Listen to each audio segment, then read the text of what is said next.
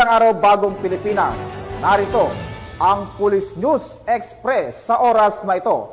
Kanselado pa rin ang lahat ng antas ng pampubliko at pribadong paaralan sa Metro Manila dahil sa walang tigil ng buhos ng ulan at banta ng pagbaha na dulot ng pagsalanta ng Bagyong Enteng.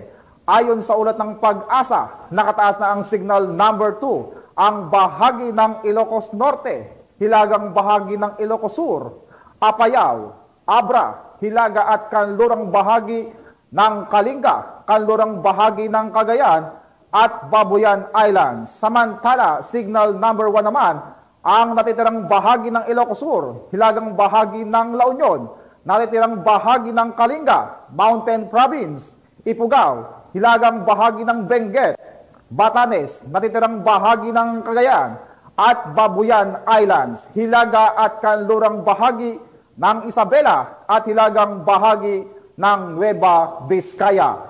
Pinapaalalahanan naman ang ating mga kababayan na mag-ingat sa mga posibleng pagbaha o pagguho ng lupa dahil sa malakas na pag-ulan. Samantala, binabantayan rin ang posibleng pag-apaw ng mga dam at ilog sa mga apektadong lugar ng Bagyong Enteng.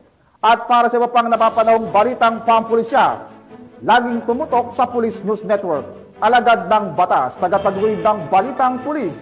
Ako po si Patrolman Adrian Dayao, nagbabalita para sa Police News Express.